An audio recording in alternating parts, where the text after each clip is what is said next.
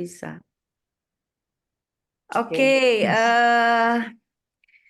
nggak apa-apa, Risa, kedengaran. Kita mau membawakan tema akhiri Natal dengan penuh perhatian. Jadi kayaknya kita nih membawa perenungan setelah eh, merayakan Natal ya kemarin. Sekarang kita sudah ada di masa biasa. Biasa. Iya. Nah, temanya ini masih seputar Natal dan berharap kita membawa sesuatu dari apa yang kita dapatkan di Natal kemarin. Risa sudah menyampaikan ada tokoh-tokoh yang mungkin kita bisa mendapatkan inspirasi dari sana. Tadi Bu Erni juga menyampaikan ada 4 raja. Jadi zaman dulu bilangnya 3 raja, 3 majus. Sekarang ada 4 Empat raja, raja. gitu ya, sesuai dengan surat gembala eh, Bapak Uskup kita. Nggak apa-apa, Risa, silahkan, masih bisa kedengeran kok, masih jelas. Oke, oke. Oke, tema ini yang saya ambil, tadi saya udah minta ibu-ibu baca itu kan film yang saya kirim. Bagaimana seperti dengan 3 raja, mereka mencari Yesus, ternyata mereka terpisah ceritanya pada akhir, seperti yang kalian cerita, udah pada nonton kan ya. Kemudian ini doubling Ri, soalnya gue di belakang juga dia nyalain Ri, jadi Oh, nggak apa-apa, dimatiin aja, di offin volumenya, ibu-ibu di ya belakang. enggak yang ya ibu belakang. Oke. Ibu-ibu di belakang. Terus ini Ri, eh matiin dulu aja kali, Atau nanti gue dimatiin ini aja, orang satu mobil. tapi gue Gaya-gayaan. di kuping soalnya, nanti gue buka kupingnya, habis ini gue buka kuping. Oke, lu matiin aja, gue nyala ya. Gue nyala ya, tunggu. Indeh, kalau begitu. Hah? Kan mati. Enggak, gue yang ini, jadi lu mau dengar kan? Nanti joinnya pas udah sampai aja. Oh, iya ya. Yang lain. Kedengeran nggak? Kedengeran jelas? Sorry ya. Gini, Ya. halo? Ya. Kok kecil ya suaranya ya? Tunggu Ria. Speaker. Speakernya udah kecil juga ya. Sorry ya, lu pada matiin dulu ya. Setelah gua ngomong baru gua itu ntar. Sorry, aku pakai ini. Ya. Kedengeran nggak Ri? Dengar. Jadi gini ibu-ibu dan Pak Markus dan David yang Reki dan yang terkasih, berawal dari apa yang tema yang saya pilihkan untuk pembuka tahun ini. Natal sudah selesai, tetapi kita akan kembali sebentar kepada Natal, bahwa kisah yang Riri bilang tadi berawal dari Adam dan Hawa. Ternyata Allah juga ingin menempatkan manusia di bumi ini melalui Adam dan Hawa yang lahir dengan Roh Kudus, yaitu tidak ada perkawinan seperti Adam ibunya siapa, bapak kan tidak ada ya, seperti itu. Kemudian setelah itu masuk ke dalam apa nih kemarin gue jadi lupa gue nih. Tunggu soalnya catatannya ada di rumah nih. Setelah Adam dan Hawa, oh itu apa namanya, Hana ya, Hana dan siapa, Simeon. Nah, Simeon dia tidak mau meninggal sebelum melihat bayi Yesus. Setelah dia lihat, jadi ada proses menunggu yang begitu banyak. Kemudian Hana puasa, berdoa segala macam di Bait Allah sebelum Simeon datang, dia sudah datang duluan, ya kan? Jadi proses untuk bertemu dengan bayi Yesus itu memang tidak gampang. Kita lihat ya. Nah, sekarang dengan kita, makanya saya suruh membaca film yang tadi saya berikan kemarin, tolong bacanya yang akan kita bahas, dan Romo Riki pun menyetujui bahwa ini bagus, inspiratif banget kisah ini. Apakah ini betul apa tidak saya tidak pernah tahu. Ini kan kisah, tapi itu cerita di tahun 1800 memang adanya. Nah, ibu-ibu di sini sekarang Yesus sudah berlalu masa Natal, ya. Nah, bagaimana kita menyikapi perhatian kita? Apakah begitu saja seperti kita melihat seseorang bayi, teman kita mempunyai bayi, anaknya punya cucu bayi itu, setelah kita lihat lucu, setelah itu ya sudah. Tahu-taunya kita ketemu dia udah besar, apakah udah menikah. Nah, apakah itu yang terjadi di dalam kehidupan kita? Tentunya enggak dong. Nah, ini yang kita minta tolong Romo Riki untuk men-sharingkan sikap apa, perhatian apa yang harus kita lakukan dengan atau setelah berakhirnya masa Natal. Dan perlu diingat, masa Natal itu selesai sebenarnya pada saat pembaptisan Yesus. Nah, itu baru masuk masa biasa. Mulai hijau lagi bajunya, ya kan, ibu-ibu? Nah, ini menjadi pertanda dengan baptisan juga. Baptisan itu melambangkan baptisan kita. Jangan baptisan itu hanya bagian kenangan aja untuk diteteskan air di dalam dahi atau di apapun itu namanya pada saat pembaptisan bayi atau pembaptisan dewasa. Jadi ini yang kita mau merenungkan kembali perjalanan panjang kita lagi di dalam bertemu dengan nanti Prapaskah, Paskah, terus sampai ketemu dengan Natal lagi. Itu kurang lebih itu yang saya ingin bawa ibu-ibu merenungkan perhatian apa yang harus kita berikan karena kita begitu ingin selalu bertemu dengan Yesus. Oke, terima kasih. Riri, Proses thank you. menjumpai Yesus ya. Oke, silahkan Romo Riki, mohon sharingnya yang mungkin bisa memberi pencerahan bagi kita di sini. Ya, selamat pagi dari Iya, negeri kincir angin yang sedang dan dingin-dinginnya di luar. Kemarin salju, lalu -7 sampai dengan ya turun ke -5 dan seterusnya. Tapi ya tetap senyum saja walaupun bibir kering karena dingin. Iya, Kedinginan ya, Mo? dinginan. Ya, kedinginan sekali benar. Ini sampai pemanasnya saya kasih tinggi benar supaya jangan terlalu kedingin. Tapi suaranya ada zoom. Bisa dengar ya? Ya. Tadi ada gambarnya kecil, ada diin malah jadi kayak gini. Iya. Waktu Bu Risa kasih tema saya akhiri Natal dengan penuh perhatian, saya berpikir-pikir tentang apa yang ingin kita sharingkan bersama, apa yang kita ingin bagikan. Lalu saya dikirimi juga tentang Artaban si Majus keempat ini. Dan saya langsung WA setelah membacanya, melihat, karena saya sudah pernah nonton filmnya dulu sekali, masih Frater ya, masih sudah beberapa tahun lalu sehingga sudah lupa-lupa, tapi waktu membaca ulang dengan posisi yang sekarang ya, dengan baru merayakan Natal di Belanda, lalu saya melihat sesuatu yang berbeda lagi dengan dari tema ini. Nah, saya ingin memulai dengan satu komentar singkat tentang film ini, tentang bacaan ini, bahwa The Fourth Wise Man, film ini yang dibuat ini, itu adalah dari novel The Story of the Other Wise Man. Jadi kalau kita sudah bilang novel, itu berarti hanya imajinasi, ya, imajiner dari penulis. Tetapi imajinasi ini justru menurut saya lebih memperkuat rasa refleksi kita, rasa pemahaman kita tentang iman, dibandingkan kalau kita, bukan dibandingkan, tapi saya tidak mau membandingkan, kalau kita mempelajari atau merefleksikan 3 raja dari timur. Bagaimanapun mereka 3 orang wise men ini, punya jasa yang besar dalam perjalanan iman kita, terutama dalam mengunjung Tuhan yang pada waktu itu lahir di kandang di Bethlehem. Jadi kita dalam refleksi itu sebenarnya ingin kita ingin bagikan bersama. Nah, saya memulai dengan sebelum masuk pada Artaban si Majus keempat ini, saya ingin memulai dengan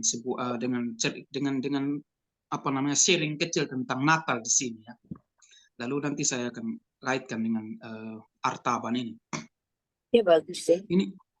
Ini tahun kedua saya merayakan Natal di Belanda. Tahun pertama kemarin bahasa Belanda belum terlalu begitu bagus. Tahun kedua juga masih ya 50% kita bisa memahami sedikit-sedikit. Tetapi rasa liturgi di Belanda tentang Natal ini membuat saya itu galau setengah mati dan rindu rumah sebenarnya. Kalau kita di Indonesia kan seru, kita itu orang Indonesia itu kan gereja Indonesia itu seru saya bilang ya, karena dengan hati dan jiwa itu kita rayakan, lalu kita pesta, lalu di gereja kita siapkan benar. Nah, di sini orang lebih mementingkan atribut-atribut Natal itu. Dan waktu saya misa di malam Natal tanggal 24 di jam 7 itu, ada 100 lebih orang yang datang. Banyak sekali. Gereja itu penuh sampai kami menggunakan aula untuk orang tempat duduk dan pakai TV di sana. Tetapi orang semua yang datang ini hampir semua saya tidak kenal. Tidak pernah saya lihat di gereja tiap hari Minggu. Semua itu seperti orang asing. Sudah 2 tahun saya di sini, saya masih perkenalkan diri lagi. Karena orang yang datang itu orang kita tidak tahu. Orang yang datang pas Natal. Waktu saya coba bertanya-tanya, kenapa mereka datang? Banyak sekali ada orang baru. Karena ada KOR, katanya. Dan KOR itu, Bapak Ibu Saudara-saudari, dia berdiri di belakang kami, di belakang para imam. Jadi di altar itu dia berdiri di belakang. Itu seperti konser, lagu-lagunya itu seperti konser. Dan mereka, pokoknya saya bisa menggambarkan sesuatu yang tidak mungkin terjadi di Indonesia. Dan rupanya banyak orang yang datang itu hanya mau melihat itu sebenarnya. Jadi mereka tidak peduli bayi Yesus itu kita lupa untuk taruh di kandang itu, mereka tidak peduli. Lalu orang datang saja antar bayi Yesus dengan macam sorong buku begitu, lalu taruh. Lalu orang datang itu hanya untuk buat foto dan pokoknya saya merasakan sesuatu yang berbeda kalau kita merayakan Natal. Tapi tentu saya tidak bisa menilai terlalu panjang. Dan akhirnya saya bertanya-tanya, Natal yang bagaimana yang mau saya rayakan? Dan pulang ke kamar itu malam di tanggal 24 itu kan agak sedih-sedih juga ya. Mau sedih takut dosa, mau nangis juga takut dosa. Tapi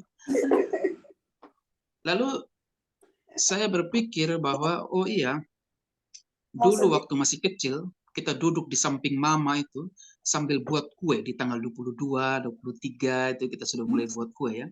Dan yang saya paling rindu dan kangen itu nastarnya, ada nenas di dalam. Lalu 25 pagi itu setelah misa jam 9 saya pergi ke supermarket beli nenas, saya buat nastarnya. Hampir 1,5 kilo saja, hampir 1,5 jam buat nastar dan berhasil, bagus. Saya sambil video call mama saya untuk lihat. Lalu saya buat adonan 350 gram, saya hitung semua. Jadi bagus. Wah, senang, bahagia benar saya.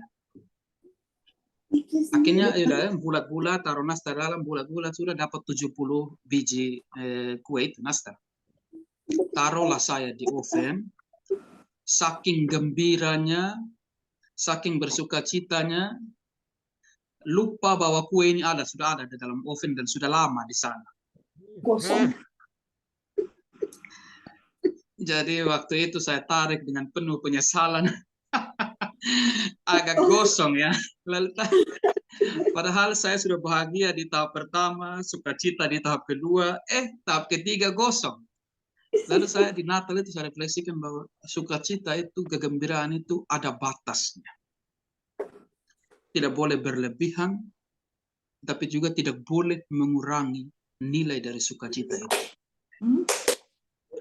Dan inilah yang ingin saya bagikan, bahwa Natal, kelahiran Tuhan yang kita rayakan itu adalah kelahiran yang penuh dengan sukacita. Kita merayakan dengan kegembiraan, dengan penuh kegembiraan, sukacita, pesta di mana-mana, mungkin pertemuan ini, reuni ini, ketemu ini, Natal bersama, makan lagi dan seterusnya.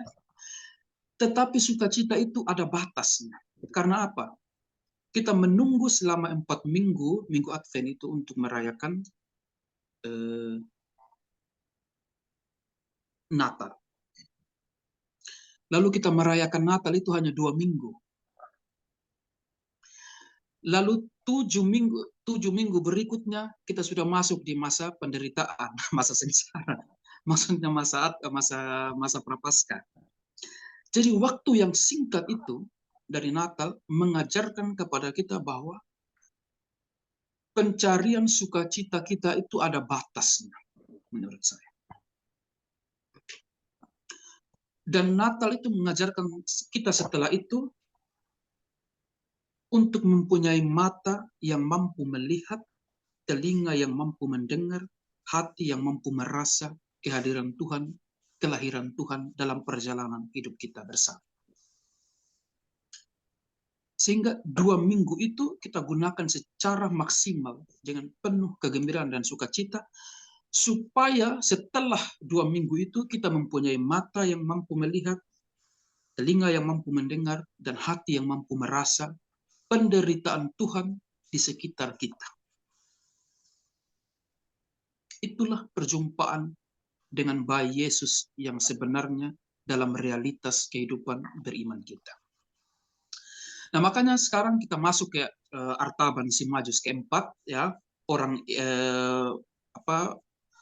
yang diimajinasikan oleh penulis novel ini, Van Dyke, Henry Van Dyke. Dan saya yakin kita sudah nonton. Secara singkat saya ingin mengatakan, Bu Risa dengan Bu Riri Sapa tadi sudah coba menyebutkan, ya. Ada kesepakatan untuk berjumpa dengan 3 majus dari timur supaya 3 orang lainnya supaya pergi bersama. Nah, singkatnya dalam perjalanan menuju ke titik kumpul itu ada orang yang dilihat tergeletak dan dia harus menolong orang itu. Tetapi di situ ada pertanyaan, ada suatu kebimbangan. Apakah saya mau menolong atau saya mau pergi? Karena kalau saya menolong, maka saya akan kekurangan waktu dan saya akan terlambat untuk berjumpa. Ya, ada ketegangan untuk ada pergolakan, menurut saya itu pergolakan hati, pergolakan iman di sana. Ya, untuk apakah mau menolong atau pergi menjumpai Tuhan. Akhirnya dia memilih untuk menolong. Konsekuensi dari memilih untuk menolong orang yang tergeletak di tanah itu adalah dia terlambat untuk berjumpa dengan 3 majus lainnya dari timur. Karena mereka yang mampu membaca tanda-tanda bintang, sehingga mampu menemukan di mana bintang terakhir itu akan bertengger. Ya, disitulah Yesus dilahirkan. Terlambat. Akhirnya karena penolongan itu dia terlambat, tidak menemukan itu, dia menjual batu safir. Saya cari batu safir di Google, itu batu yang warna biru itu kalau tidak salah. Batu safir dia jual untuk beli keledai, untuk dipakai, dan seluruh peralatan untuk di jalanan. Nah, singkat cerita lagi, dia semua itu sudah dikorbankan. Dia sampai ke Bethlehem, Maria, Yusuf itu sudah pergi. Karena ada berita bahwa anak-anak bayi itu akan dibunuh. Mereka sudah pergi dan dia tidak mendapatkan. Lalu itu menjadi kesedihan juga dalam hatinya. Akhirnya dia bermalam di suatu rumah yang ada seorang ibu yang ada punya anak. Dan anak bayi itu ingin dibunuh oleh prajurit, lalu dan seterusnya. Dia menjual lagi, dia menukarkan batu yang kedua, batu delimanya. Lalu sehingga dia mempunyai satu batu mutiara tersisa. Dan dalam hatinya dia mengatakan bahwa batu mutiara yang mahal dan berharga ini saya akan persembahkan untuk Tuhan jika saya ketemu. Ya, jadi itu perasaan yang bergejolak, perasaan yang luar biasa, itu perasaan sukacita yang ingin berjumpa dengan Tuhan itu menggebu-gebu dalam diri supaya saya memberikan harta ini kepadanya. Di singkat cerita diceritakan lagi, selama 30 tahun lebih pencariannya, lalu dia mendengar bahwa Yesus itu akan disalibkan. Jadi cerita ini menarik, ya. Pada akhirnya dia mendengar bahwa Yesus itu akan disalibkan, lalu dia ingin pergi ke Golgota. Dalam perjalanan itu dia ketemu lagi dengan seorang perempuan yang dikejar-kejar oleh penagih utang. Ini kita sekarang kalau di TikTok nonton itu banyak penagih-penagih utang itu, lalu ibu-ibu tuh sembunyi-sembunyi di bawah bale-bale, di belakang-belakang pintu dan seterusnya. Saya kalau nonton saya tertawa. Dan akhirnya dia menukarkan lagi mutiara yang berharga yang sebenarnya dia harus siapkan untuk Yesus sebagai hadiah. Singkat cerita, di situ dikatakan ada gempa bumi, lalu dia mati dan hampir mati. Dia mengatakan bahwa, aduh, saya tidak pernah berjumpa dengan Tuhan. Lalu akhirnya kita membaca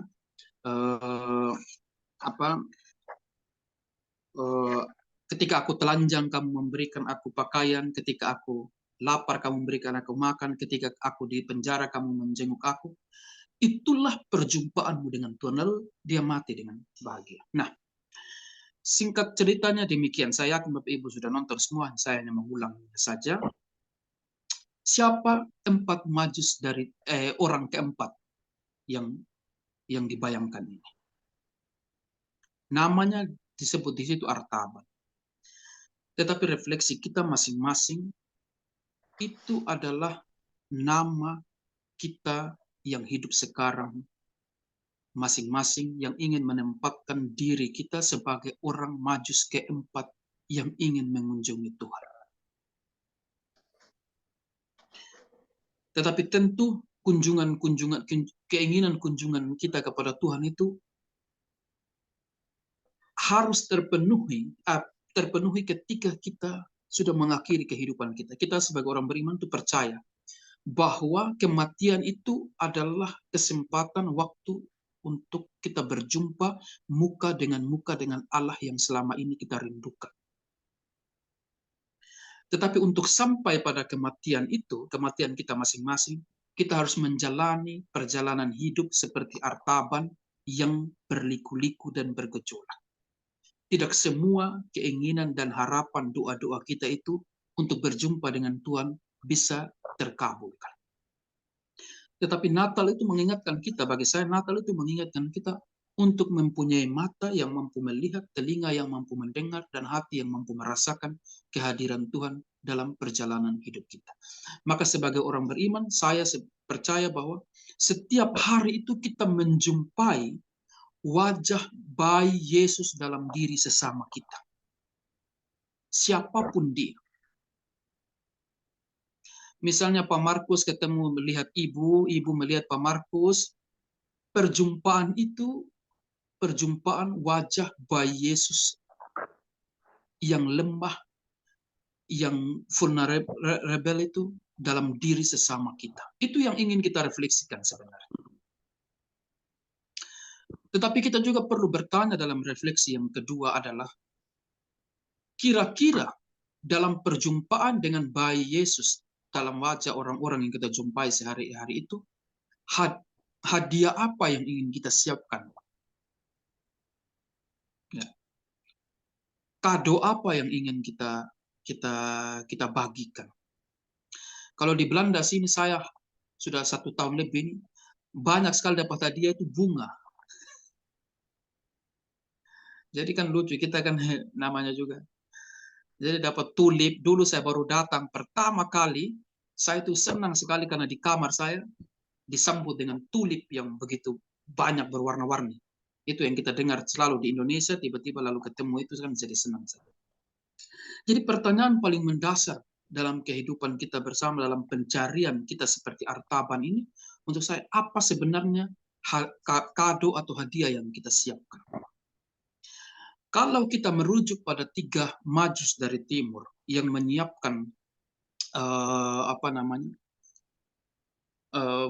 emas, mur, dan kemenyan, maka saya merefleksikan, kemarin saya menulis satu refleksi singkat dari 3 orang ini. Ada 3 hal dalam diri kita manusia menjadi kekayaan yang mungkin saja kita bisa bagikan kepada Tuhan dalam perjalanan pencarian kita, yaitu kekuatan jiwa kita, keindahan jiwa kita, dan yang ketiga, kemurnian jiwa kita. Inilah yang dilambangkan dengan mur sebagai bentuk kekuatan, kemenyan sebagai keindahan, keharuman jiwa, dan emas sebagai kemurnian. Saya percaya bahwa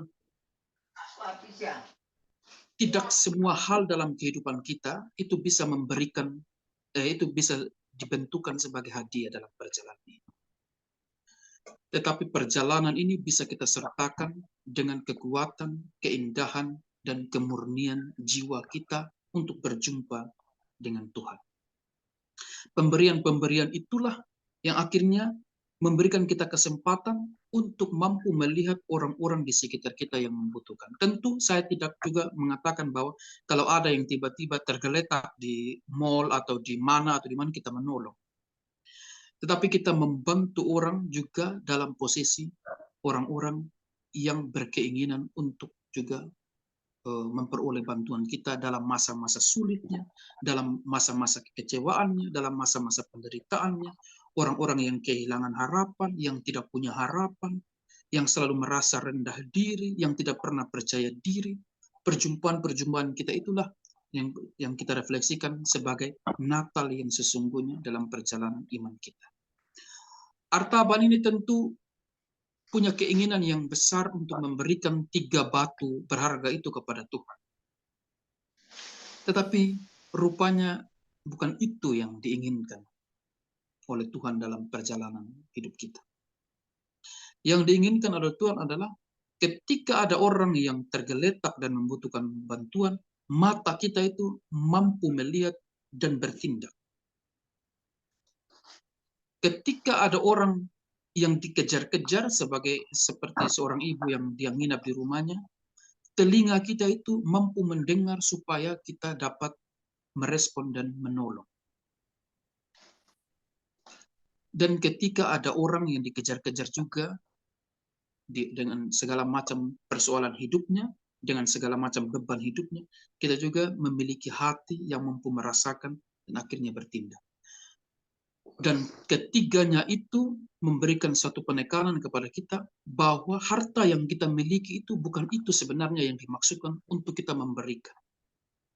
Tetapi harta yang kita miliki itu adalah kesiapsediaan kita untuk mau menolong orang yang membutuhkan pertolongan kita. Natal yang sesungguhnya itu adalah Natal yang demikian. Saudara-saudara yang terkasih, Bapak Ibu yang terkasih, kalau kita hidup di sini, misalnya di Eropa, sekarang mungkin di zaman yang sekarang sudah mulai lebih baik ya. Saya mendengar bahwa dulu itu rasisnya lebih keras. Maksudnya orang masih melihat ini kulit hitam, ini rambut keriting, ini. Saya masih merasakan sedikit juga di sini. Ya, jadi saya itu lucu sekali. Saya tugas tutup pintu gereja jam 6 sore. Lalu ada satu bapak yang persis berdiri di depan pintu masih membaca pengumuman. Lalu karena saya juga kan harus tepat waktu untuk tutup, saya kan punya kegiatan juga. Jadi saya menunggu dia di situ sampai keluar. Supaya namanya kita orang Indonesia itu kadang kasih kode dalam diam ya. Tunggu saja di situ supaya dia keluar, maksud saya. Tapi dia tidak keluar-keluar. Karena dia melihat saya ada di sampingnya. Dia langsung pindahkan dompetnya dari belakang. Dia pindahkan ke dompetnya ke belakang, lalu taruh ke depan. Lalu kan saya dalam hati, saya bilang gini, Tuhan, apakah benar saya punya muka ini muka copet benar ya? Saya bilang begitu. Tapi itu hanya satu dari sekian banyak pengalaman ya. Kita melihat itu orang banyak juga yang masih rasis, yang masih melihat pandangan ini itu. Ya tidak bisa kita hindari juga karena banyak persoalan-persoalan kriminal yang terjadi di negara-negara maju seperti ini ya, yang dibuat oleh pendatang juga sebenarnya. Tapi itu kesan yang. Tapi Artaban memberikan satu kita peneguhan dan masukan bahwa Yesus itu lahir di kandang yang hina. Kita harus pergi, kalau kita berdiri dari kejauhan, kita hanya melihat kandang yang jelek. kita hanya mencium bau yang tidak sedap kalau kita berdiri dari kejauhan. Kita perlu untuk pergi mendekat seperti 3 raja dari timur ini, dan kita masing-masing sebagai raja keempat atau orang bijak keempat, untuk pergi melihat keindahan yang ada di balik kandang yang bau yang tidak bagus itu. Seperti juga ketika kita melihat kerang yang ada mutiara di dalam. Kita harus membuka kerang itu supaya kita melihat ada mutiara yang indah di dalamnya. Kita harus pergi mengambil kerang itu, membukanya supaya kita melihat ada keindahan di dalam. Dan kita menggunakan mutiara itu. Perjalanan hidup bersama kita, perjalanan iman kita dalam kelompok, dalam komunitas gereja ini, memberikan satu penekanan kepada kita juga untuk pergi mendekatlah dengan orang-orang yang ada di sekitar kita yang membutuhkan bantuan kita, supaya kita melihat sisi indah di dalam diri orang itu. Sisi yang menakjubkan dalam diri orang itu. Benar bahwa saya yakin dari antara kita ada saja orang yang kita tidak suka. Tapi Natal ini mengajarkan kepada kita untuk tidak berdiri jauh dari kandang tempat Yesus lahir. Karena kalau kita berdiri jauh dari kandang tempat Yesus lahir, kita hanya akan melihat, sekali lagi saya mengulangi, kandang yang jelek, kandang yang bau. Kita harus pergi mendekat di sana. Kita perlu melangkah, perlu mengambil inisiatif untuk melihat bahwa ada bait Tuhan di sana tergeletak, yang kemudian akan memberikan penebusan kepada kita. Maka kalau kita tanya, walau saya ditanya, apa Natal yang sesungguhnya setelah Natal itu, bagaimana saya? Dulu waktu masih kecil, ketika selesai Natal itu macam sedih. Kenapa sedih? Karena sudah tidak ada lagi kita pergi dari rumah ke rumah, pergi selamat Natal, lalu makan kue. Dulu kan saya bawa kantong, lalu plastik, lalu pergi ke rumah satu, ambil kue taruh, satu lagi kue taruh. Jadi sebagai anak kecil happy, bahagia. Nah itu yang hilang.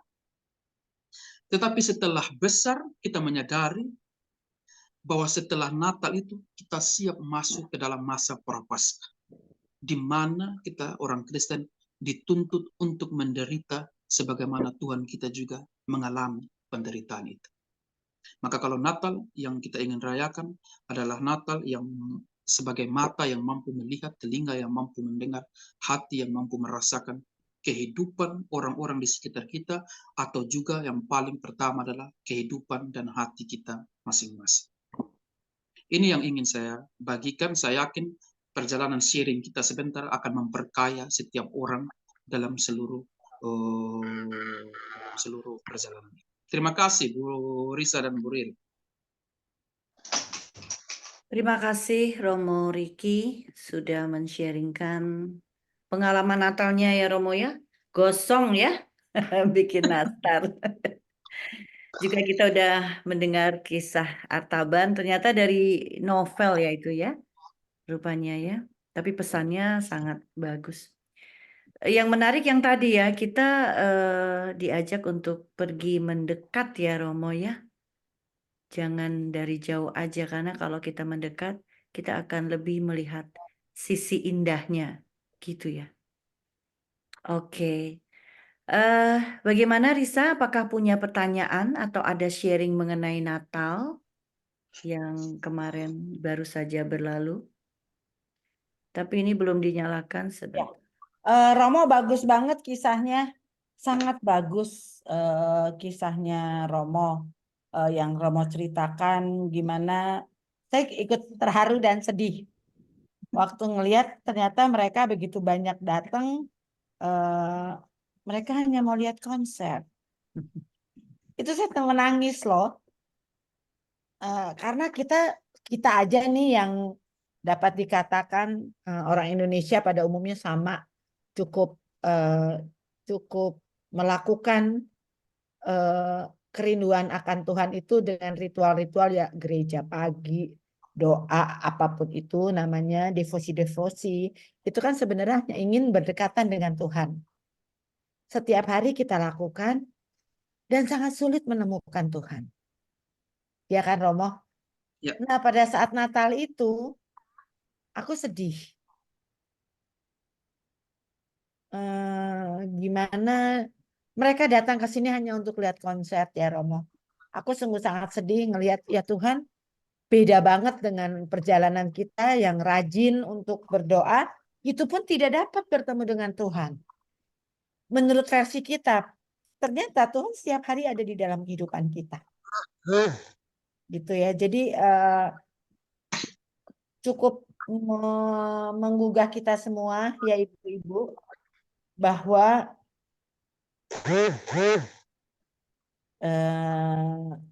banyak yang harus kita doakan supaya bayi kecil, bayi Yesus itu datang ke dunia cukup terharu melihat mereka dia disambut oleh kita semua. Kalau ngelihat dari orang Belanda saya sedih, tetapi Tuhan mencintai dia juga ya Romo ya. Finally Ya. Tuhan juga mencintai dia. Sama seperti kita orang-orang yang lebih baik mungkin secara doa, secara apanya. Itu aja ibu-ibu, berikanlah perhatian kepada Yesus tentunya ya. Dengan perkara-perkara kecil yang dapat kita kerjakan.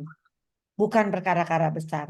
Karena di dalam hal ini kayaknya kita sulit deh untuk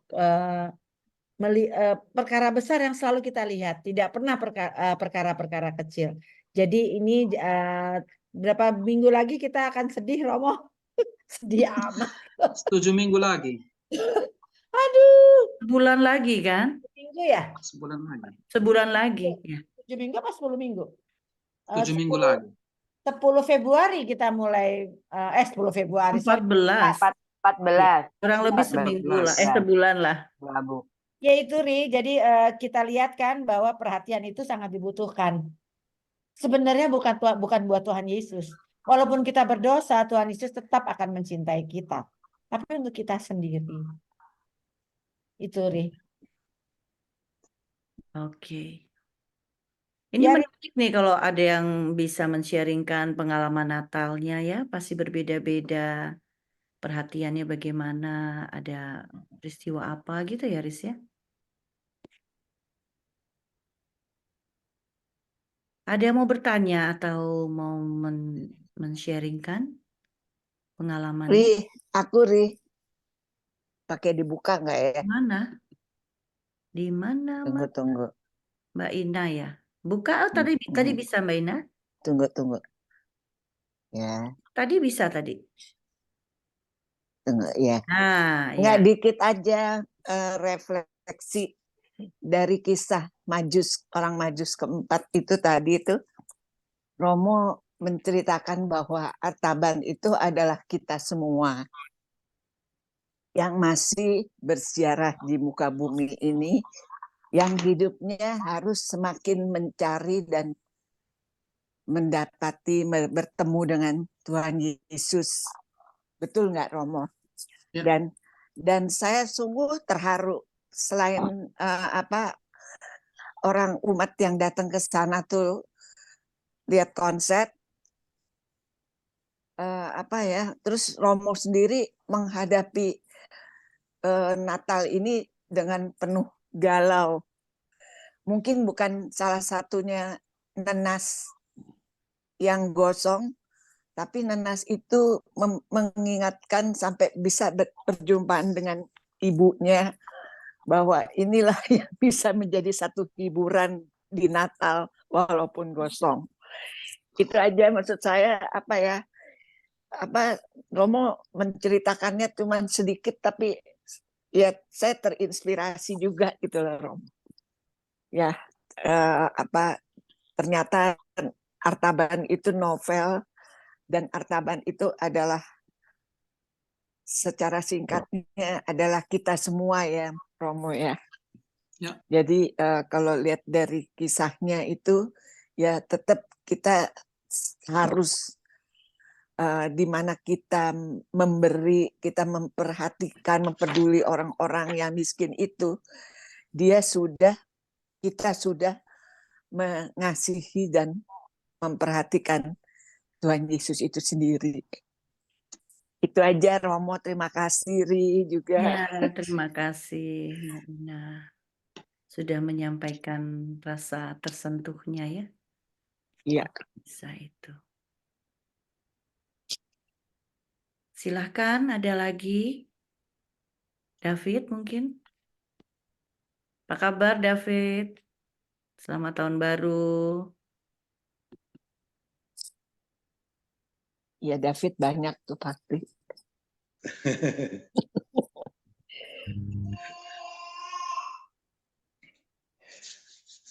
Belum, yang lain dulu. Belum yang lain dulu.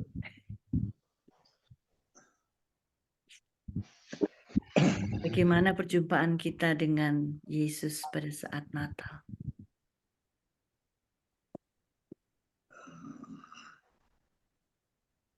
Kalau saya ya Mo ya, sebelum Natal tuh banyak yang mau dilakukan, mau ini, mau sana, rencana ini, rencana itu gitu ya sama anak-anak, sama keluarga. Kayaknya seneng gitu ngebayangin Natal akan seperti itu.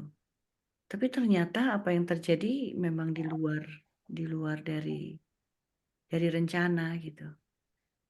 Dan lucunya itu setelah Natal, Riri harus mengunjungi teman yang memperingati 10 tahun ibunya meninggal. Itu tanggal 26. Jadi tanggal 25 malam tuh udah berangkat. 26 terus pulang, 27 udah sampai Jakarta, menghadir lagi peringatan arwah. Ini emang usia Riri memang sudah tua sehingga banyak teman-teman dan saudara yang meninggal atau gimana. Jadi kayaknya di sekeliling Riri itu event-event itu adalah event-event duka. Tadi juga ya di gereja. Jadi begitu banyak apa yang yang berapa banyak misa peringatan atau ibadat arwah yang harus Riri hadiri gitu. Tapi ya mungkin walaupun mungkin nggak paham, tapi ya untuk untuk tahun ini Natal ini adalah ya melihat bagaimana keluarga-keluarga yang ditinggal oleh orang yang dikasihi.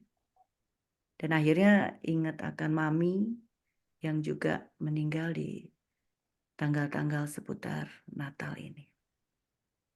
Begitu Romo, jadi agak melo, tapi ya itulah sukacita karena apapun yang dihadapi walaupun tidak sesuai dengan rencana, tapi tetap Tuhan itu justru hadir pada saat-saat itu. Gitu. Begitu, silahkan Bu Christine. Dibuka dulu mic-nya Bu Christine. Mic-nya bisa dibuka tidak Bu?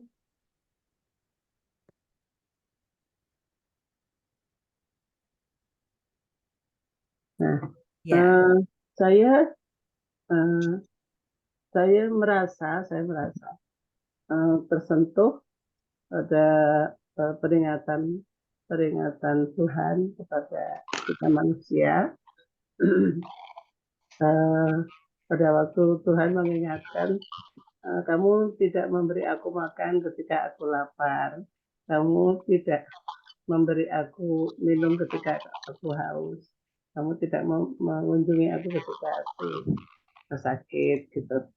Nah, ini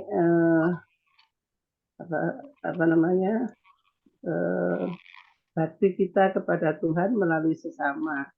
Saya merasa sekali selama ini hanya bisa memberikan sesuatu yang kecil kepada sesama, bahkan kepada Tuhan, baik secara finansial maupun non finansial, karena saya merasa hanya bisa memberi dalam kekurangan saya. Itu saja kecil yang sharing saya Mbak Riri. Iya, Saya hanya bisa memberikan dalam kekurangan saya sesuatu yang kecil. Ya, terima kasih Bu Christine. terima kasih.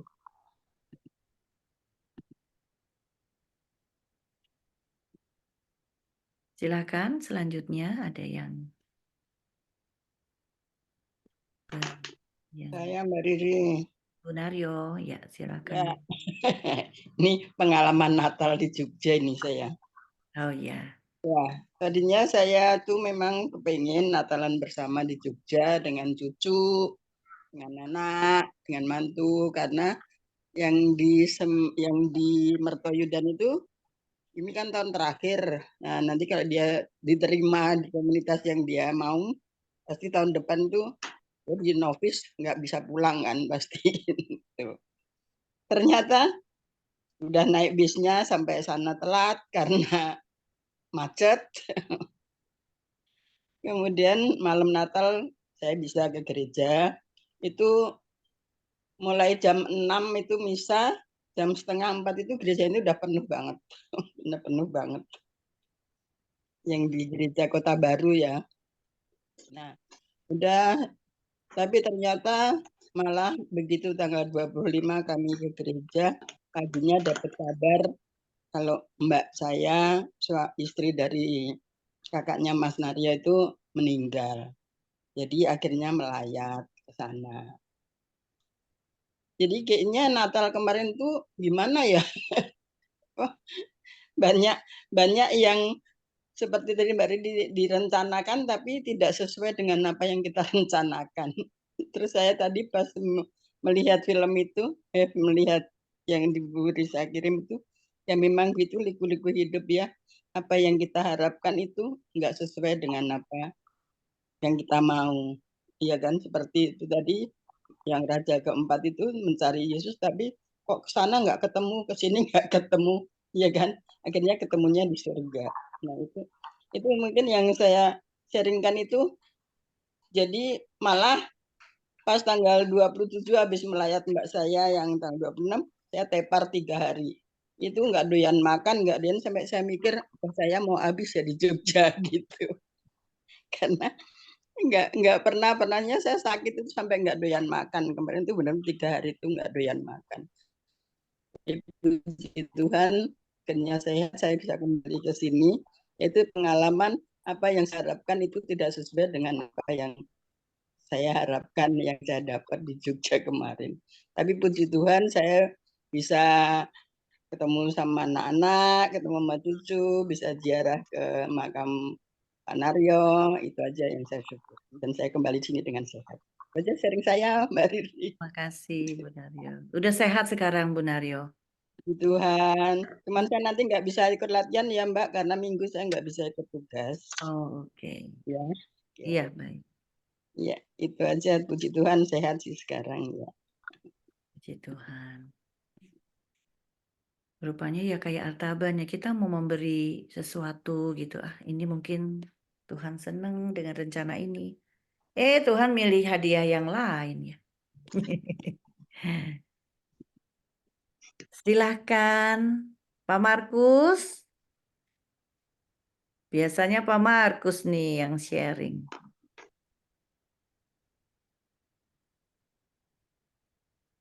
Pindah duduk dulu.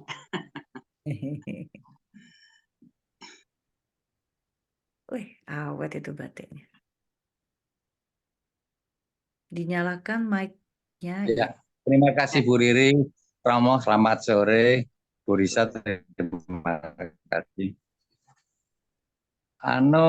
Sementara untuk pengalaman saya tuh malu, Romo.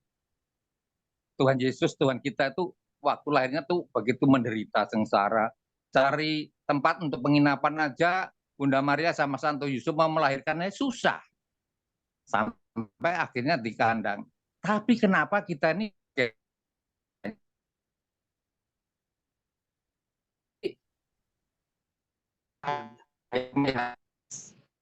Pak Markus buat putus itu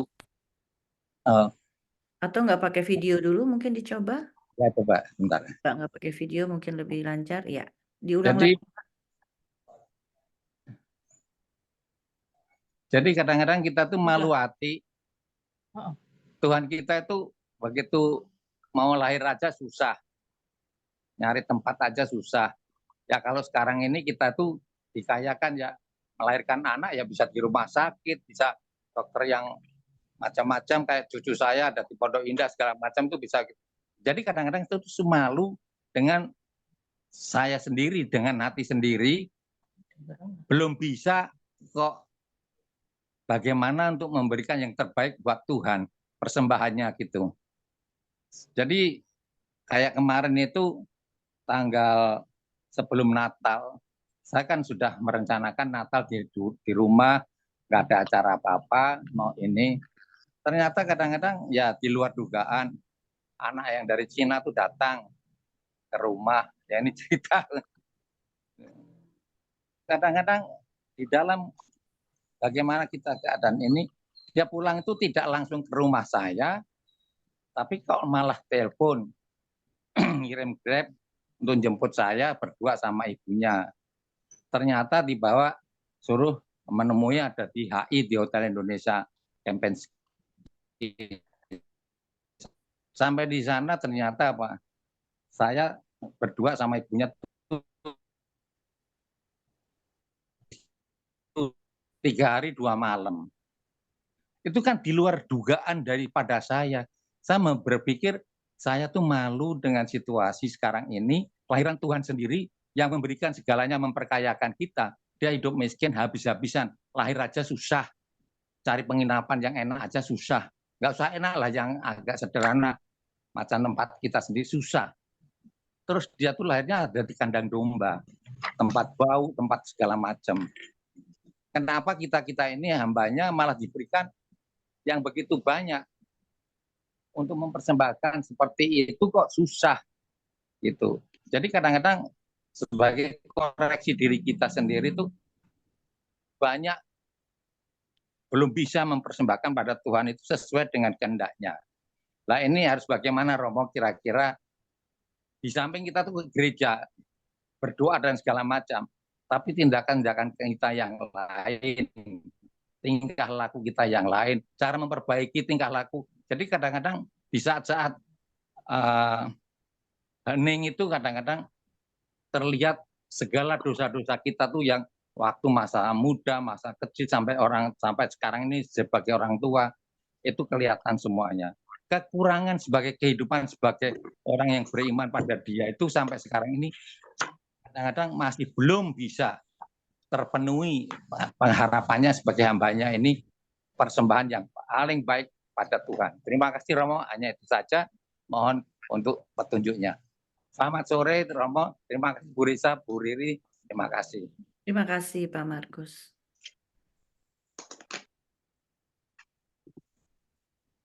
Bagaimana dengan yang lain? Atau mungkin Romo mau Ya, sharing? saya memulai dari Pak Markus duluan karena tadi udah baru-barusan aja ya. Baru. Ini pertanyaan yang sering kita dengar sebenarnya dari kita semua. Saya ini sudah ulang-ulang dalam sharing kita di kelompok ini juga seringkali kita mendengar itu ya, siapa saja.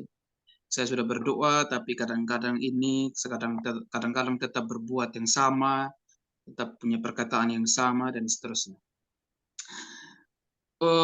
Saya coba membaca satu novel Jepang, Musashi namanya.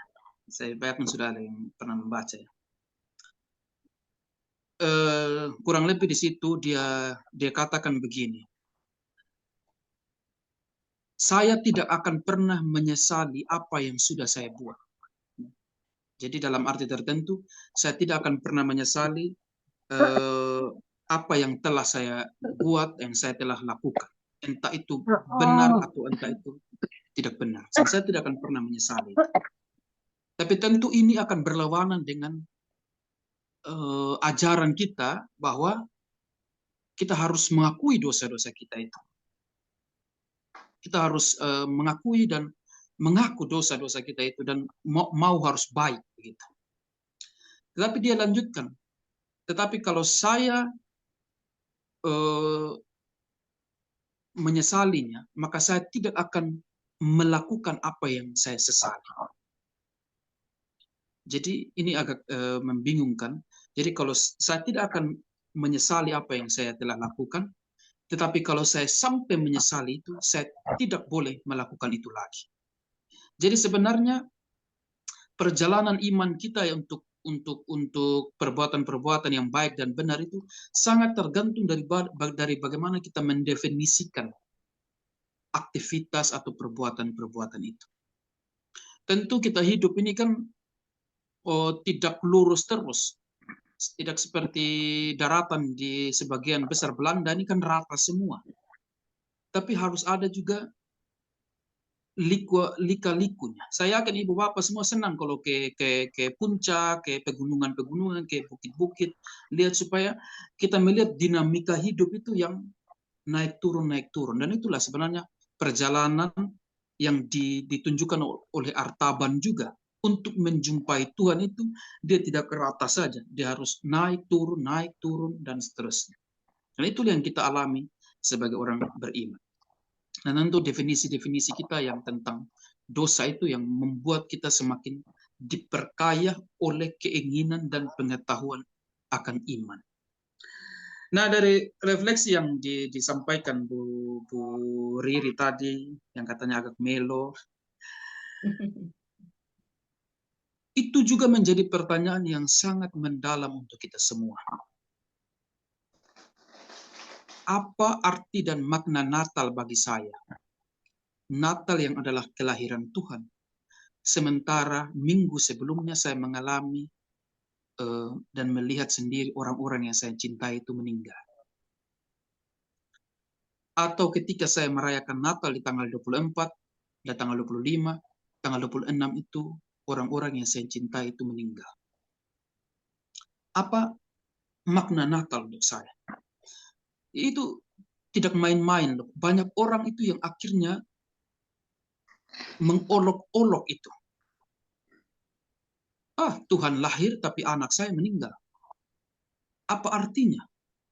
Tuhan lahir tapi orang tua saya meninggal. Maka sebagai orang beriman, saya yakin bahwa kita akan sampai pada titik pengalaman itu, di mana orang-orang yang kita cintai itu akan meninggal di masa-masa ketika kita dengan penuh kegembiraan menantikan Natal. Tetapi yang paling penting adalah bagi saya itu, kalau Natal itu kita rayakan dan kita definisikan hanya sebagai sebuah bentuk sukacita, maka kematian yang kita alami, orang-orang yang kita cintai itu akan sungguh mengubah cara pandang kita akan makna Natal yang sebenarnya. Justru Natal itu, kelahiran Tuhan itu adalah kesempatan untuk kita merenungkan setiap hari penderitaan dan penerimaan kita akan penderitaan itu. Makanya tadi saya sudah bilang, kita hanya merayakan Natal itu 2 minggu. Sementara Prapaskah itu 5 minggu. Dan kita merayakan kematian itu 5 minggu, lalu setelah kebangkitan 40 hari, 50 hari sampai kenaikan. Jadi gereja memberikan suatu kesempatan refleksi itu lebih panjang dalam misteri Paskah, sengsara, wafat, dan kebangkitan Tuhan. Sementara Natal itu hanya 2 minggu. Dalam teologi, kalau kita belajar dalam teologi itu, perayaan Natal itu tidak lebih besar dari perayaan Paskah. Jadi dalam teologi. Jadi kenapa? Karena tiap hari dalam Ekaristi itu kita tidak merayakan Natal, tetapi kita merayakan pengorbanan Tuhan di atas salib yang kita persembahkan di atas altar itu. Makanya kalau Natal kita rayakan, kita hanya mendefinisikan dan kita hanya mengerti Natal itu sebagai sebuah kegembiraan dan sukacita. Pada waktunya ketika kita mengalami kematian-kematian orang-orang di sekitar kita, Natal itu akan kita kutuk dia. Saya bicara begini, Bapak Ibu Saudara-saudari, ini pengalaman Bu Riri ini juga memberikan saya ingatan lagi. Tanggal 3 Desember kemarin, anak dari adik saya itu lahir, prematur. Tanggal 5 Desember meninggal. Jadi bayangkan itu bagaimana definisi Natal yang sesungguhnya dari saya seorang pastor saja. Itu saya hanya mau membagi sebuah cerita. Lalu saya menemukan satu definisi dan cerita yang baru yang memberikan kekuatan itu adalah kalau Natal itu saya anggap hanya untuk kegembiraan dan sukacita, makan kue, pergi kumpul-kumpul pesta, maka ketika pada waktunya di tahun-tahun berikut saya mengalami kematian orang-orang sekitar saya akan mengutuk Natal itu. Bahwa enak-enak saja Tuhan lahir, sementara orang yang saya cintai meninggal. Nah, maka definisi Natal ini juga yang harus menjadi berubah dalam cara berpikir kita, bahwa Natal itu mempersiapkan kita untuk tahap demi tahap mengalami persoalan kematian atau kesengsaraan dalam hidup kita, seperti juga perjalanan Tuhan. Tuhan yang lahir itu sudah diramalkan bahwa nanti itu dia akan sengsara, dia akan diserahkan, dia akan mati di kayu salib dan bangkit. Jadi ketika kita merayakan kelahiran seorang bayi, kita pada saat yang sama juga kita mempersiapkan seluruh kematiannya pada waktunya. Itu sebenarnya menurut saya yang menjadi definisi dan kekayaan Natal untuk kita. Sambil kita membahagia Tuhan lahir, tapi sambil juga kita berpikir bahwa ya, saya orang Kristen, saya siap juga untuk menderita setelah kelahiran Kristus itu. Seperti juga Tuhan kita sendiri. Itu mungkin komentar dari saya, dan apa yang saya harapkan tidak saya dapatkan semua juga itu ya kita lihat saja juga dari harapan-harapan orang Israel juga ya kepada Mesias yang akan datang itu, bahwa dia itu raja, dia itu besar, dia akan memerintah, dia akan berdiri di depan untuk melawan penjajah. Tetapi Yesus yang lahir ini, Tuhan yang lahir ini di kandang dalam kesederhanaan. Kesederhanaan itu tadi yang diseringkan oleh Bu Christina itu adalah juga kesederhanaan yang dialami oleh Tuhan sendiri dan pemberian kesederhanaan itu. Mungkin itu aja dulu supaya banyak lagi yang sharing. Ya. Iya, terima kasih Romo. Jadi sharing tadi bisa aja. Gimana Risa? Ngantuk, hujan. Apa ada lagi? Reki gimana Reki? Reki sudah kembali suaranya? Saya baru ngomong tadi. Gimana Romo? Riki sudah kembali suaranya, saya baru ngomong tadi. Pak Oh, Riki gitu. ini maksudnya. Ini Reki yang Romo, jadi. Oh, Yang itu Romo. ini lain Romo Riki. Oh Mensinyur iya Riki namanya yang sama. satu itu.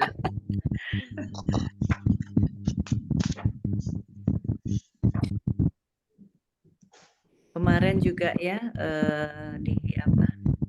Yang Risa ya, diskusi kita kemarin ya Risa ya, mengenai apa ya, ada dua sumbu atau dua pilar dalam kehidupan iman kita, yaitu Natal dan sengsara, wafat dan kebangkitan Yesus, Paskah itu.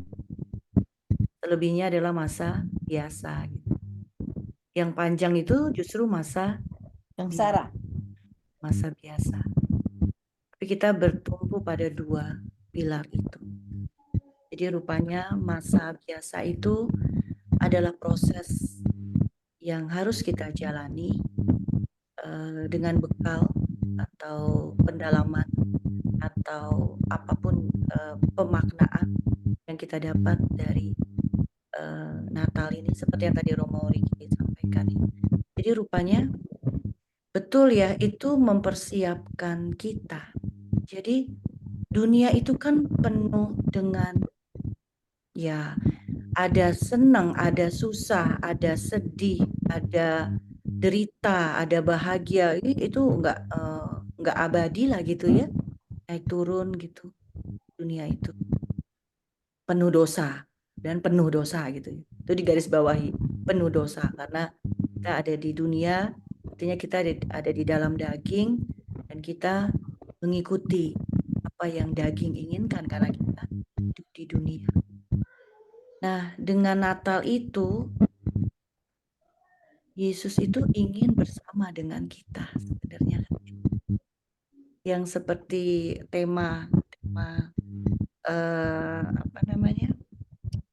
Kerasulan keluarga kita ya, solidaritas.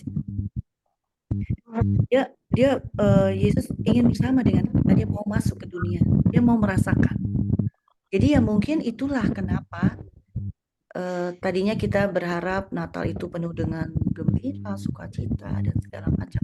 Tapi itu ternyata cuma komersil aja, bukan sesuatu yang dalam. Tapi yang sesuatu yang dalam justru mungkin yang tadi Romo Riki sudah simpulkan ya. Kita akan menerima hal-hal yang kok gini. Ya itu karena kita di dunia. Dan yang mungkin Tuhan mau sampaikan, aku ada bersamamu. Aku ada bersama kalian. Nih kamu melo ya. Gak apa-apa, hadapi aja. Kan ada aku sekarang ini. Jadi kesadaran bahwa Immanuel, kesadaran bahwa Yesus itu selalu ada.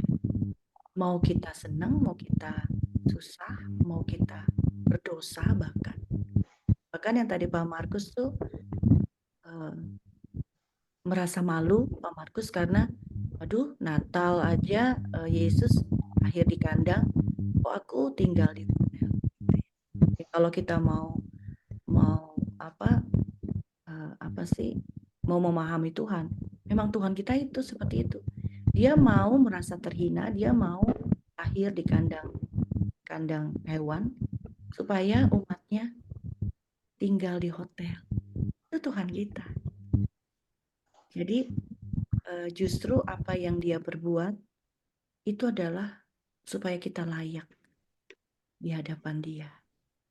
Jadi kalau kita mau memaknai dengan perspektif bahwa apapun yang kita hadapi, pengalaman apapun dalam masa Natal ini, ingatlah bahwa Immanuel, Tuhan ada bersama kita, sehingga pada saat nanti peristiwa Paskah, peristiwa kisah sengsaranya, itu segala sakit, segala penderitaan, segala apa yang membuat kita menangis selama di masa-masa biasa ini yang masih panjang ini, itu kita bisa satukan dengan penderitaan Yesus dan akhirnya wafat, menanggalkan dosa-dosa kita, dan akhirnya kita bisa bangkit menjadi ciptaan baru. Dan kesempatan itu terus-menerus diberikan kepada Tuhan untuk kita. Jadi semoga aja setiap tahunnya tuh kita bertumbuh ya. Bukan mengulang-ulang, tapi diharapkan bertumbuh pemaknaan akan kehadiran Yesus dalam penderitaan kita, dalam perjuangan kita di dunia, sehingga kelak nanti kita akan berjumpa dengan Tuhan muka dengan muka. Begitu Romo Riki, terima kasih tadi jadi mengingatkan saya. Sedih juga Romo tadi yang baru lahir, sukacita gitu ya. Tiba-tiba 2 hari kemudian ada rasanya. Mungkin Risa juga pernah ini ya Riz ya, rasanya gimana ya. Begitu. Sekarang kalau kita lihat perjalanan Yesus itu sendiri, pada hari ke-8 dia disunatkan, ya. Oke, kemudian dia hilang. Iya, bikin Ketemu susah orang umur tuanya. 12 tahun. Jadi pada saat lahir sampai dengan 12 tahun, Yesus kemana? Ngapain aja? Itu pasti ada secara ini ada ceritanya Romo, iya kan? Begitu dia lahir diserahkan ke 8 tahun dia diserahkan ke Betel, disunat, ketemulah Simeon. Simeon apa ketemunya waktu dia bayi. Nah, terus hilang, nggak ada cerita itu sama sekali. Totalnya dia mengajar di Betala umur 12 tahun. Begitu kan Romo? Ya, benar. Apa itu maksudnya? Apa itu maksudnya Romo? Ada yang hilang. Nah, di situ pun Yesus benar-benar belajar. Ya Romo ya. Apa maksudnya coba Romo terangkan Romo? Secara teologi. Iya, saya refleksikan begini ya. Ini sangat karena kita tidak mendapat informasi apapun dari Injil tentang kehidupan Yesus itu sampai dengan umur 12. Lalu saya menulis begini dalam satu tulisan kecil saya. Hampir seluruh hidup Yesus terjadi secara rahasia. Dari Injil itu kita hanya mengetahui karya pelayanan, sengsara, kematian, dan kebangkitannya. Namun proses itu terjadi dalam waktu yang panjang dan dalam keheningan.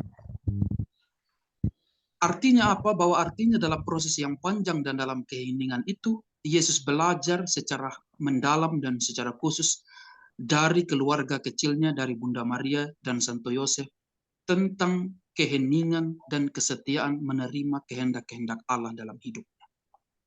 Hidup spiritualitas kita juga mesti demikian, bertumbuh dalam hening dan membiarkan Allah bekerja bersama diri kita sendiri secara tersembunyi. Dan pada waktunya seperti Yesus juga, kita tampil keluar dan berjumpa dengan orang-orang yang membutuhkan, agar supaya kita bisa menolong dan membantu mereka untuk mengangkat kehidupan kita sendiri dan kehidupan orang-orang di sekitar kita. Itu mungkin yang menjadi refleksi singkat saja dari saya. Saya sudah pernah punya refleksi ini, dan saya yakin bahwa secara singkat saya bisa, karena kita tidak dapat informasi apapun dari Injil, kita semua bisa berimajinasi, bisa berefleksi. Untuk saya pada masa-masa itu Allah mempersiapkan Yesus untuk ini loh, belajar dari orang tua Yosef dan Maria tentang kesetiaan mereka kepada Allah, tentang pengorbanan hidup mereka kepada Allah, dan tentang pemberian diri mereka kepada Allah. Ketika Yesus menjawab iya untuk mati di kayu salib, itu bukan proses 1-2 hari. Itu proses panjang yang telah dia belajar dalam hening dan dalam diam. Mungkin itu refleksi saya, Bu Risa.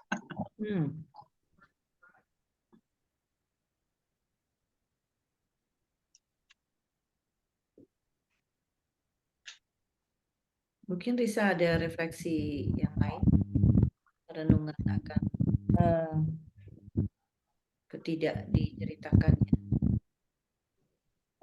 Sebenarnya, tapi saya juga nggak bisa kasih konfirmasi. Sekarang ini terus terang aja ya Romo, paus kita ini bikin orang deg-degan.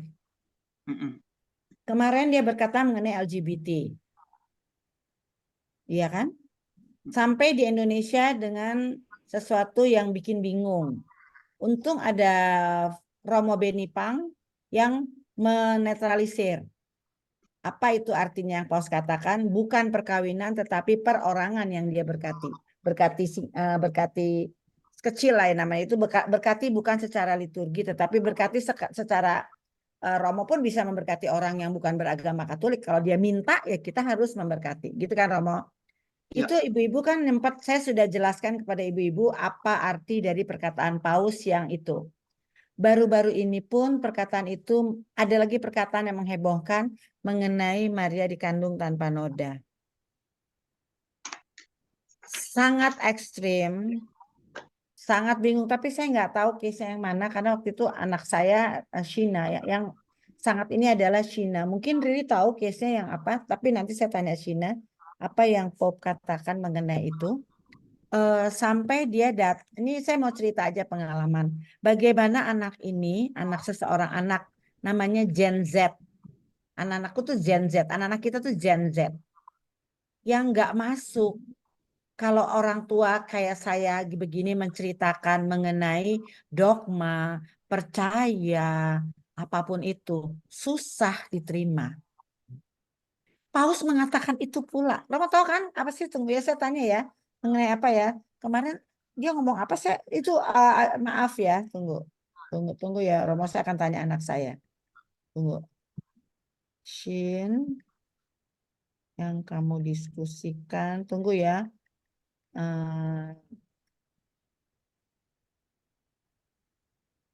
Dengan Romo Bagus. Perihal apa ya? Yang Pop katakan. Tahu nggak sih? Jadi kalau yang ini kan pada tahu ya yang Paus memberkati LGBT kan pada tahu ya ibu-ibu? Iya, kalau yang ini nggak tahu aku, Riz. Nah, itu. Terus akhirnya mereka kebetulan, ini ceritanya saya belum dapat balasan dari Cina. Apanya ya, Sin? Ya, Romo sorry banget. Case-nya tuh saya begitu ada Romo Bagus kemarin datang. Nah, ada Romo Bagus kata Cina. Romo, can we debate? Kita debat yuk Romo. Ada apa Shin? Gitu dia cerita. Pope mengatakan ini. Ada banyak di New York Times, Ri. Di Indonesia mungkin nggak masuk di New Time. Dia mengenai itu kandung tanpa noda. Terus dia cerita. Berarti boleh dong saya tunggu. Ini dia udah balas. Tunggu ya, Riri ya. Francis August ban on saya kasih Riri ya, Ri. Biar Riri baca. Di WA ya, Ri. Ya, ya. Paus Fransiskus desak larangan ibu pengganti menyebutnya tercela. Itu kata Indonesianya. Tunggu ya, Ri. Saya kasih ke Riri ya, Ri. Riri lebih pasti bahasa Inggris soalnya. Ntar saya salah ngomong ya, Ri. Oke, Ri. Nah, di situ Shina menjelaskan bahwa dari cerita di atas, Paus desak larangan ibu pengganti. Menyebutnya tercela. Nah, itu banyak. Nah, itu juga dampaknya banyak juga yang itu terjadi di berapa kilo di Tulos itu gereja memberikan. Saya udah ceritakan gereja ada apa namanya Gua Maria, bukan Yosef perempuan 2. Gila kan? Perempuan 2 itu di Gua Marianya itu mau apa namanya di kandang. Kan harusnya Maria dan Yosef, ini Maria perempuan 2. Dia bilang iya karena bisa aja punya anak dengan ya LGBT begitu, Romo. Nah, di sini Paus menegas itu kayak begitu. Nah, akhirnya Paus Fransiskus desak larangan ibu pengganti, menyebutnya tercela, ibu pengganti. Terus dia bilang, bagaimana dengan orang yang tidak bisa mengandung? Iya, Romo. Tetapi dia menitipkan menitipkan apa sih namanya buahnya ke wanita lain terus mengandung karena dia tidak bisa mengandung. Tetapi dia punya, itu diperdebatkan. Sekarang ini ibu-ibu, trennya anak muda zaman sekarang yang belum ada calon, mereka buah dari rahimnya itu dititipkan di bank. Nanti pada saat dia punya calon, ya, dia takut umur mereka tua baru kawin, kan susah untuk hamil kan, untuk pembuahan itu kan, diasimilasi itu udah sering terjadi, diasimilasi melalui bayi tabung. Itu terjadi di Indonesia sudah ada. Waktu itu kebetulan Shina wawancara ke yang punya rumah sakit itu. Ada di Lipo Karawaci situ. Tetapi peraturan dari pemerintah Indonesia tidak boleh untuk perempuan yang belum kawin. Di Singapura perempuan belum kawin banyak. Jadi mereka simpan itunya mau buah itunya, buah rahimnya dia simpan di bank. Kalau dia nanti sudah tahu ternyata dia menikah umur 40 atau dia ada sakit apa, masih bisa dia punya bayi. Itu terjadi dan biasa saja semua orang melakukan itu, Romo. Bayangin. Ini saya nggak tahu kenapa Pope ngomong seperti ini. Akhirnya ributlah waktu itu dengan Father Romo Bagus. Debat, bla bla bla, ada Matthew segala Shina, mereka berdua segala. Langsung dia mainkan di dalam aku percaya. Aku percayakan Allah Bapa yang Maha Kuasa, pencipta langit dan bumi, dan akan Yesus Kristus Putra yang tunggal Tuhan kita, yang dikandung tanpa noda ya, dilahirkan oleh perawan Maria yang menderita, bla bla gitu kan? Dikandung kan? Romo tanpa noda berarti kan seolah-olah dia dipinjam segala macam. Rame. Akhirnya jalan keluarnya apa, Riri tahu? Shina, please in English. In English, I believe in God. Begitu dia pakai in English. Yes, I know, Father, kalau begitu, Romo. Jadi ternyata, terus dia bilang apa? Berarti aku percaya bahasa Indonesia itu salah, Romo. Mampus gak lagi. My God. Jadi harus hati-hati. Bukan berarti dia benar atau salah. Bukan itu yang kita maksudkan. Tetapi kita diajak berpikir secara realistis. Jangan pokoknya kalau udah ini ya begini, titik. Ditutup semua tirai. Semacam dia juga bilang di sana itu ada semacam kayak misa apa tuh, ada penutupan tirai gitu, Romo ya, kan ada kan di luar tuh kayak orang mau kawin gitu. Nggak seperti itu, namanya tile atau apa, sampai ngebahas sampai seperti itu. Jadi ibu-ibu nanti coba Riri baca nanti kemarin akhirnya diskus lagi dengan Father Nantes. Tapi finally begitu dia dengan Romo bagus, dia bilang oke, masuk secara logik. Jadi iman itu terkadang tidak logik. Kalau kita bilang tidak logik, ya udah diam, yang penting saya taat, saya ini percaya. Itu juga nggak terlalu bagus karena kita pun akibatnya kita pada saat satu titik kita kecewa, seolah-olah apa yang kita pendam itu akan menjadi keluar gitu loh. Jadi itu ibu-ibu baru bilang akhirnya ini emang paus sekarang ini suka deg-degan terus ngomongnya yang membuat nggak semua dunia bisa memahami. Benar nggak Romo? Ya. Itu dari baca Ri. Tentang apa sih Ri? Ini kayaknya harus berbayar ya New York Times-nya ya. Oke, coba saya lihat. Nggak bisa, harus ini dulu, harus masuk ke account apa. Thanks for the, oh gitu ya Ri. Judulnya kan udah Ri tapi ya. Iya, cuman judulnya aja The Pope said that an Unborn child must not be turned into an object of trafficking. Jadi dikhawatirkan kalau diperbolehkan melakukan itu tuh jadi akhirnya diperjualbelikan. Jadi akan ada kayak ya itulah kan kita kasih uang ya ke ibu itu kan. Untuk nanti ya Romo, nanti saya akan buka, coba saya akan buka di sininya ya Ria. Itu ibu-ibu sekarang ini kita akan menghadapi anak-anak Gen Z itu seperti itu ibu-ibu. Jadi nggak bisa kalau kita menyatakan itu seperti yang ibu kita katakan.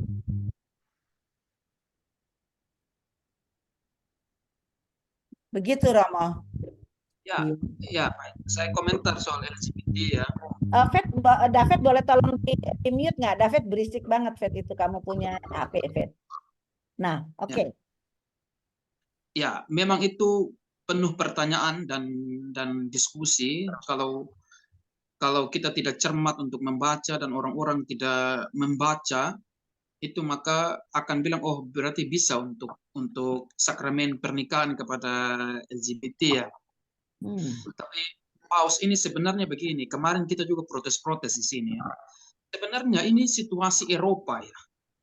Ya, situasi Eropa Amerika, gaya hidup Eropa Amerika, yang kita di Asia itu punya toto kromonya. Jadi kita tidak menerima secara langsung begitu. Dan itu kalau seandainya itu situasi Eropa Amerika dan benua-benua lainnya, ya itu jadi aturannya lokal saja. Kenapa harus universal gitu? Betul. Betul, Romo. Kita harus akui juga ya. Waktu saya di Davao dulu di Filipina, itu jadi kami agak senyum-senyum dalam gereja apa juga yang tidak bagus juga. Itu pasangan itu saling gandengan tangan pergi terima komuni loh. Dan dikasih. Ya. Lalu jadi begini, aturan gereja kita ada di sini, ya, posisi ini. Tetapi realitasnya itu ada di bawah. Realitas ini tidak bisa ditangkap oleh aturan gereja ini. Maka gereja harus cukup menunduk sedikit untuk menerima kenyataan ini. Waktu saya di Davao dulu belajar ini pengakuan dosa, dosen saya itu datang, jadi dia pura-pura jadi apa yang mengaku. Dia mengaku saya ini homoseksual katanya. Tetapi Romo, saya hanya dengan pasangan saya satu ini dan kami hidup baik sekali. Gaji kami sumbangkan, kami hidup sosialnya baik, kami berderma dan segala macam. Kami tidak punya buat kesalahan apapun. Tapi saya hidup dengan pasangan laki-laki saya ini. Itu bagaimana katanya? Kenapa gereja tidak menerima kami? Lalu saya dinilai dari itu, dari pengakuan dosa itu. Jadi Filipina misalnya kan sudah tren dengan yang gitu. Nah, ini ada aturannya kita di sini, ada realitas. Maka bagaimana kita merangkul realitas ini? Umat kita sudah banyak yang juga ada dalam golongan ini, kelompok ini. Nah, mungkin Paus sedikit membuka diri soal itu. Karena begini Bapak Ibu Saudara-saudari, di Eropa ini kan orang suka pelihara hewan, ya, anjing misalnya. Anjing ini kan sudah seperti anak sendiri. Kita kalau di bahasa Inggris itu tidak boleh panggil dog ya. Kita harus panggil he atau she. Nanti tuannya marah kalau kita bilang, oh dognya bagus sekali. Ah, dia bukan dog. Panggil dia she, he, atau panggil nama. Misalnya begitu. Jadi tidak boleh dog atau it. Ya, bahasa Inggris. Nah, di kami di sini di Biara saja itu setiap tanggal 4 Oktober itu harinya San Francisco berkat anjing. Itu pakai air berkat. Pater Ferdi itu 2 kali dia berkat. Dan yang datang banyak sekali. Anjing-anjing itu datang. Dan lucunya Bapak Ibu Saudara-saudari, di tanggal 28 Desember kemarin dan tanggal 6 Januari, kami kasih kesempatan supaya ada berkat anak-anak. Dalam 2 hari itu, yang datang itu hanya 3 orang anak. Di tanggal 28, di tanggal 6 Januari, tidak ada yang datang. Lalu kami berkelakar di meja makan dengan pastor-pastor tua lainnya di sini, orang Belanda. Ini memang orang-orang ini lebih sayang anjingnya daripada anak-anaknya dan cucu-cucunya. Jadi orang datang bawa anjing untuk kita berkat dibandingkan bawa anaknya untuk berkat. Lalu kami tertawa. Nah, dalam konteks ini pembatasan itu hanya sebagai bentuk mengingatkan kita bahwa homoseksual seperti Paus Fransiskus bilang, tindakannya itu adalah tindakan yang salah, tetapi orangnya itu tetap anak-anak Allah yang mempunyai hak untuk tetap diberkat Bapak Ibu, disiram, diberkati. Tetapi tidak pernikahannya ya. Kita tetap itu menjadi kekayaan gereja yang kita tidak boleh jual belikan itu. Bahwa kita tetap percaya bahwa hubungan itu hanya terjadi antara laki-laki dan perempuan. Dan itu sakramen disebut. Bukan laki-laki dan laki-laki. Nah itu persoalan LGBT. Dan yang saya tangkap sepintas dari Maria dikandung tanpa noda dosa itu sebenarnya konteksnya mungkin saja saya belum baca juga itu dalam bahasa Inggrisnya. Konteksnya itu adalah anak-anak yang ada di daerah-daerah perang yang sudah kehilangan orang tuanya. Ya, itu yang Paus sebenarnya yang Paus ingin katakan begini. Anak-anak yang kehilangan orang tuanya di usia-usia masih muda ini ya, adalah anak-anak yang pada akhirnya akan diberikan ke keluarga lain, satu, kalau yang legal, kalau yang ilegal pasti akan dijual, seperti yang Bu Riri katakan tadi. Dan Maria itu dikandung tanpa noda dosa, itu dimaksudkan juga seperti yang dikatakan bahwa benar bahwa zaman sekarang semakin modern, orang itu akan menjual belikan rahimnya satu atau alat-alat yang untuk memproduksinya, ya sel telur, sperma dan segala macam dijual ke bank-bank itu hanya untuk eksploitasi di kemudian hari. Nah, kalau dengan tujuan itu, ya itu yang mungkin menjadi keras dari gereja tentu saja. Kita bahkan sampai sekarang bayi tabung itu kita cukup baru saja terbuka. Tapi sebelumnya itu proses kehamilan yang natural itu yang gereja terima. Di mana adalah tidak saja supaya menghasilkan anak, tapi cinta antara suami istri itu diwujud nyatakan dalam berhubungan badan secara langsung, tidak melalui alat. Tetapi di zaman sekarang, karena perkembangan teknologi dan persoalan-persoalan medis yang ada ibu-ibu yang tidak bisa untuk secara langsung membuai yang hamil ya begitu. Lalu digunakanlah Dibuahi. alat-alat untuk membantu itu. Tapi tetap dengan tujuan akan cinta dan perhatian dari orang tua keduanya. Nah, kalau yang dipersoalkan adalah orang-orang yang akhirnya memakai itu untuk dagang, untuk komersial. Itu yang menjadi persoalan Paus. Tapi saya lebih bagus kalau seandainya tema ini nanti untuk romo-romo yang ahli dalam bidang ini mungkin ya. Iya, perlu dipelajari dulu. Iya. Lisa mana? Oh itu.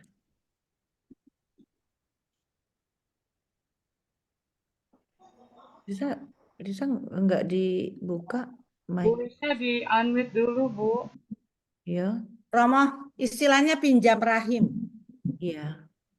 Nah, jadi seolah-olah bisa dikembangkan. Bunda Maria pun dipinjam rahimnya dong oleh Allah untuk melahirkan Yesus. What's a difference? Ngerti nggak? Ya. Kenapa dia mengatakan seperti itu? Berarti ibu tercela dong. Ngerti nggak Romo? Itu jauh begitu. Memang terus ya mulai deh Roh Kudus segala macam itu. Ya memang itu kan dari Roh Kudus segala macam itu yang kita percaya kan. Tetapi what the same? Transaksinya the same kan? Gitu Romo. Ngerti nggak Romo? Ya, saya Waduh, sangat ini apa? Tapi pada akhirnya finalnya, gue nggak ngerti. Aku percaya Inggris sih. Aku nggak terlalu hafal ri. I believe in God. Apa ya Ria baca? Tunggu ya, saya coba cek ya. Credo ya. Credo in English ya Ri, coba ya. Credo kan Ri? Ya. Coba ya, saya cek ya. Credo. Akhirnya dia bilang tunggu ya, in Englishnya ya. Di kata-kata apa yang akhirnya? Coba saya nggak oh ini ya. Ini mah bahasa Latin lagi, kumaha tuh. Apa ya? Apa credo tuh apa ya Roma itu credo English Kalau ini ceritanya tunggu ya, tunggu. Aku ada di atas lagi. Apostles Creed. The Apostles Creed. I believe tunggu. Aku baca credonya ya. Iya coba. Tunggu. Aduh, mana nih? I believe in God, my Lord and Savior, whatever happen if you dream the way you pass away. I believe in God, the Father Almighty, creator of heaven and earth, and in Jesus Christ, his only Son, our Lord, who was conceived by the Holy Ghost, born of the Virgin Mary. Apa itu? Coba, born. Nah, di situ nyari titik situnya. Who was conceived by the Holy Ghost, born of the Virgin Mary, suffered under Pontius Pilate, was crucified gitu-gitu. Who was conceived by the Holy Ghost, itu. And the happen, the way you pass away and the way you were meant to leave earth, the dream and better that knowledge, because dreams and imagination. Nah, sini credo-nya, tunggu. I believe in God and I believe in Lord Jesus Christ. Not made apa? God from God, light from light, true God from true God, begotten, not made, conceived with Father, through Him and Him. Aku percaya kan ini Sri? Iya. Mana yang I believe in Holy Spirit, the Lord, the giver of life, who proceed from the Father in the Son. Ya, apa tuh Ri? I believe in the Apostle Creed kan? Apostle Creed. The belief in the Holy Spirit, the Lord, the Holy Catholic Church, the communion of saints, the forgiveness of sins, the resurrection of the body, and life everlasting. I believe in the Holy Spirit, the Lord, the giver of life. Ya. Sebenarnya kan I believe in the Holy Spirit. Who proceed from the Father and the Son. Who with the Father and the Son is adored and glorified. Who has spoken the truth, the prophet. Sebelumnya Holy Spirit, Ri. Nanti aku bahas minggu depan deh ya.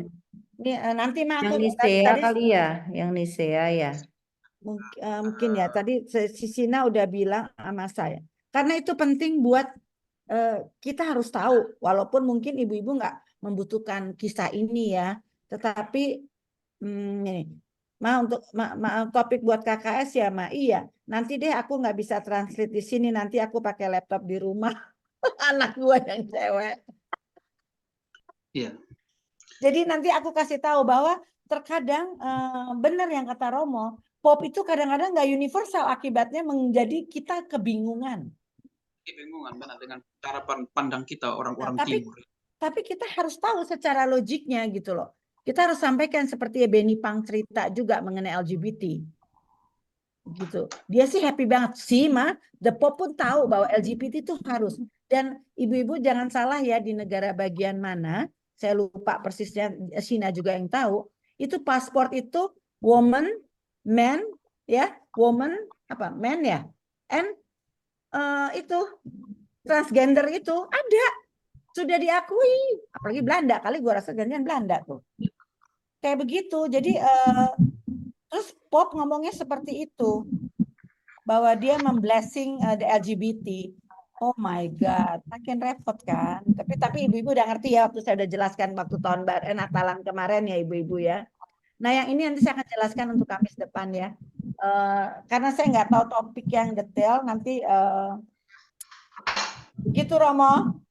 Ya. Tapi Ya. itu kita harus tahu, kita nggak boleh tutup mata, nggak boleh bilang, ih itu kan nggak benar orang-orang yang punya pendapat seperti itu. Nggak boleh.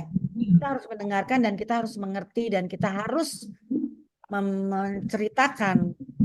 Atau yaitu para Romo yang ahli, kayak kemarin ya dia akan ceritakan. Nanti saya akan tanya, waktu dia akhirnya bicara dengan Romo Bagus, oke, if that I agree. Bukan gitu dong. Oh my God, thank you. Cuman gitu aja. Ya, mau Romo Bagus bilang, Riz, anak lu itu benar-benar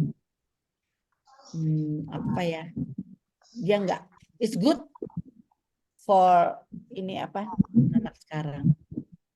Dia nggak mau percaya begitu aja, Romo. Iya. Oke, nanti aku kasih Romo Riki harus ini ya, ada acara jam 11. Romo udah. Ya.